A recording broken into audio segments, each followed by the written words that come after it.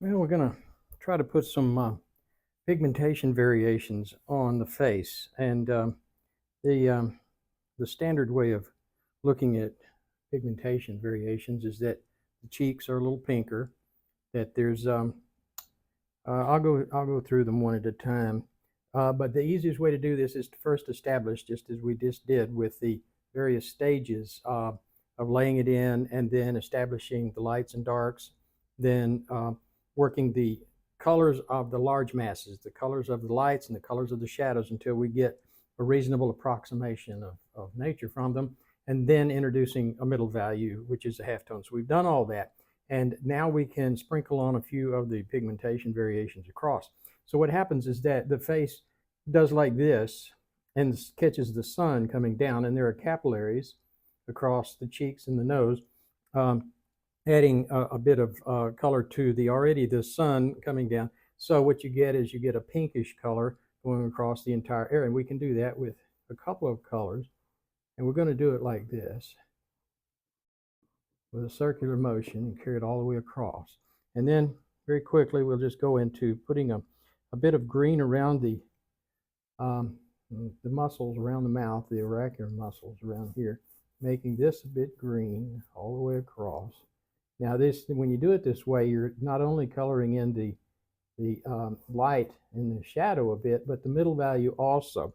So the forehead is a little bit yellow by comparison to the other colors. And so we add a bit more yellow up here. Now, a lot of that has to do, I'm told, by the fact that the skin is thin here and there's no muscular between the scalp and or rather the forehead and the bone. So you get a bit of yellow there on that.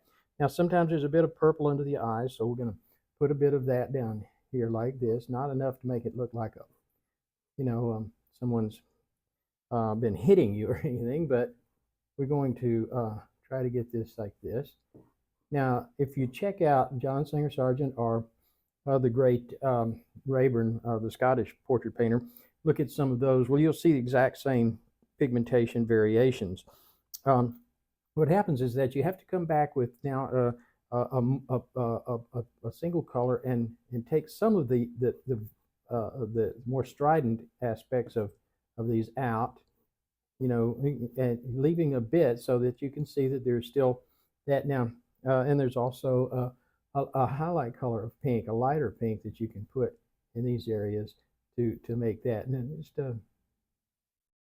and you can see already that the face is beginning to take a strange sort of convolution, and a thing that happens because we know that these things are on the face, and so our imagination comes into play. Now, on the chin, because it also comes out and catches a bit of sun, you're going to have a bit of a burnt sienna colorish there. There's not as many capillaries here, so you don't have the rosy look you have on the cheeks.